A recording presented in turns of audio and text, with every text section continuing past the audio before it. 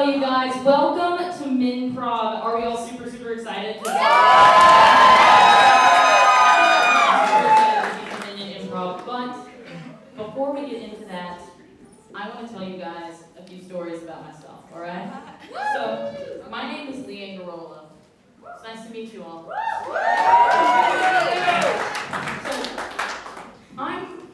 I'd like to say that I'm pretty weird. When I was in the 3rd grade, I had to do a career fair assignment where I had to decide what I wanted to be when I grew up. I'm sure that many of you had to do similar assignments when you were growing up. Everybody who went up onto the stage, because it was like an assembly where everybody got to say what they wanted to be in front of the parents. Everybody got up onto their stage to say what they wanted to be with their dioramas, and inside their dioramas was a nice little conglomeration of what they wanted to be when they grew up. So you can imagine it's a lot of singers, a lot of teachers, a lot of basketball players, very boring and very repetitive. No one was very interesting in the 3rd grade, it seemed. I was interesting in the 3rd grade. My whole assignment, my whole diorama was about how when I grew up, I wanted to be a parasitologist. A parasitologist is a scientist that studies parasites. Parasites are the little bugs that get into your body and they live inside of you. You know, I was in the 3rd grade and I was very passionate about parasites. And I still am. And inside my diorama, I had all of my favorite and least favorite parasites. My favorite being the botfly, and it still is my favorite because it is just so interesting and so little. It's a little tiny like grub worm, the worm of a fly, and it typically embeds itself in your head. And what you have to do is you got to put some saran wrap on top of the hole where it embeds itself, and it stops being able to breathe. And so it kind of tries to crawl out of the top, and then you got to get it with tweezers. And I just think that is so nice. So nice, so fun. My least favorite parasite has got to be the pinworms. You guys know what pinworms are? Pinworms. They're these minuscule little tiny worms that live in your lower intestines, and in the night, they crawl out of your butt, and they lay their eggs in your butt crack. They're very little, and they're very annoying. They're my least favorite. From experience. Of course, parasites were not the only thing that I was really interested in when I was growing up. One of the things that I really loved was slime, which I still love today. In fact, I was selling it in the lobby of Messfest for the past few days. If anyone bought any slime, thank you. But when I was growing up, I actually got in a lot of trouble for my slime because I kept throwing it onto the ceiling of my bedroom. Because I wanted to know if it would stick. And it did, every single time.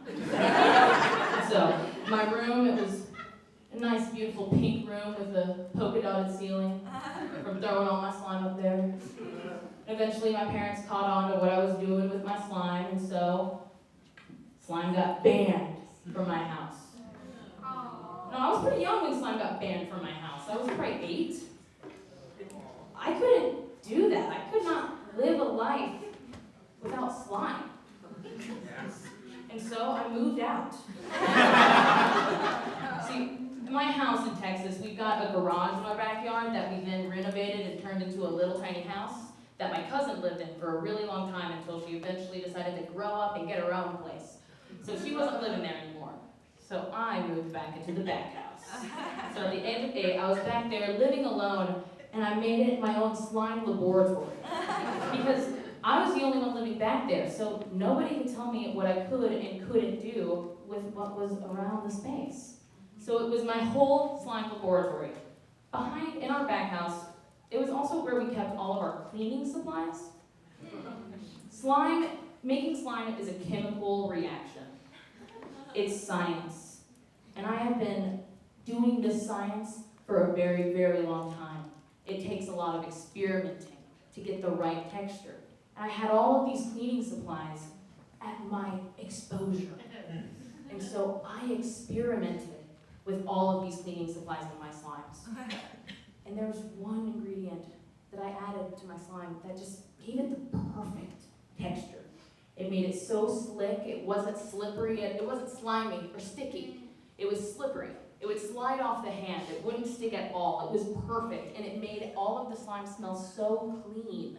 Like nothing that I added to it could overpower the clean scent that this mystery liquid gave to my slime. And so I was playing with my slime as I did, but eventually I started realizing that my hands started to feel kind of weird. Like they kind of started to hurt a little bit, but they also kind of felt cold. So I put my slime away, and I start to look at my hands. Ooh, my hands are yellow right now. I start to look at my hands, and I notice, yeah, they are awfully red, and they do kind of hurt.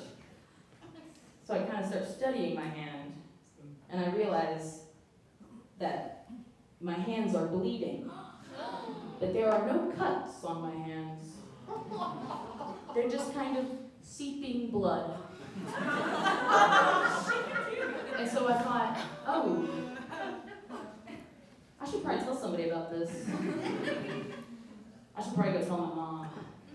And so I went to my house and I told my mom, I said, Mom, so my hands, they're bleeding, but there are no cuts. There are no cuts on my hands. So my mom says, okay, what are you doing back there?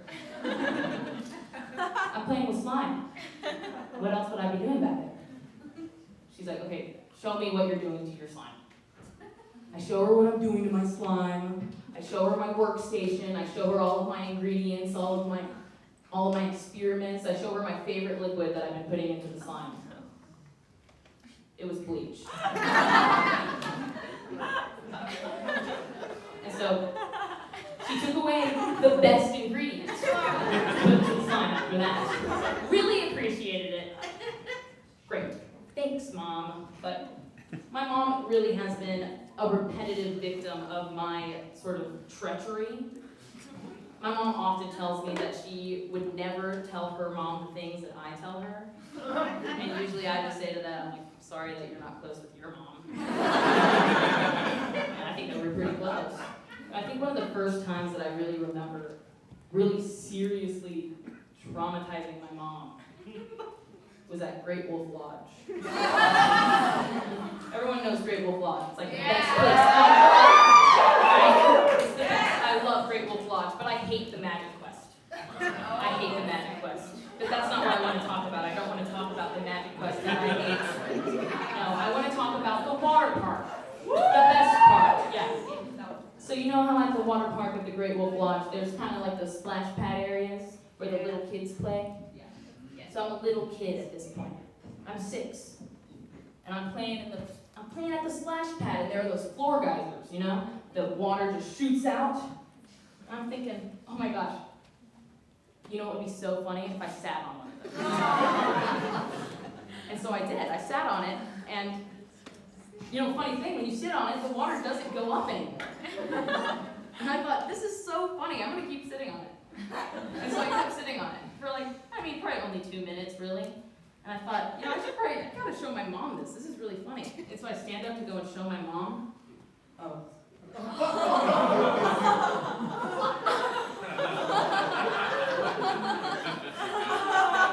gotta go find my mom. I go and I find my mom and I say, Mom, you gotta go to the bathroom now. So okay, so to the bathroom. She takes me to the bathroom that's in the water park. I say, no, Mom, no, we can't go into that bathroom because that bathroom has the toilets that flush on their own and those scare me. And so we have to go all the way up to our hotel bathroom. And then, at our hotel bathroom, she sits me under the toilet and I'm freaking out. I'm freaking the hell out. Has anyone in here ever done an enema? That's what I basically done to myself. I gave myself an enema at Great Wolf Lodge. And my mom had to be the one to discover that I'd done that. She related to me. She says it must have been like 2 gallons of water coming out of my tiny little body. And directly afterwards, I felt great. I felt ready to go back out there. I was like, oh my god, I feel great. Let's get in the wave pool. She made me take a nap. I was really, really upset about that. But it was something that I could But I still really did not understand why it happened. I did not understand how it happened.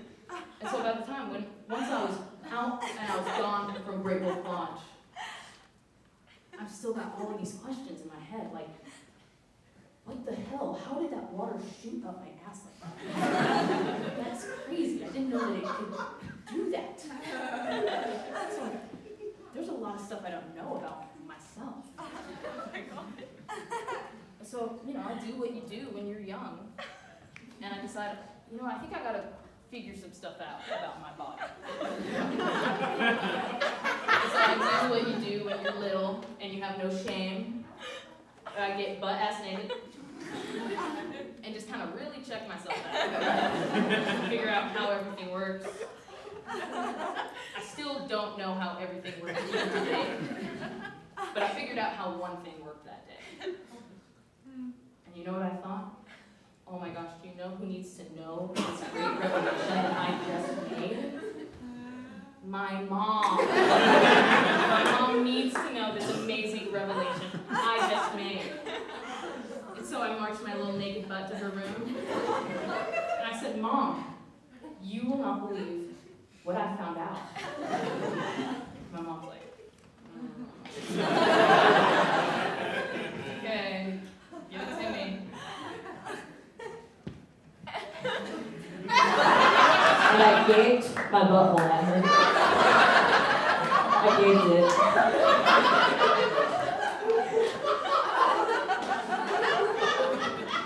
What is anyone supposed to say to their little 6-year-old gaping their butthole? My mom said the only thing that she really could have told me.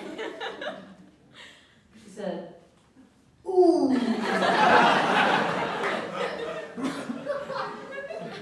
I think that you have pinworms.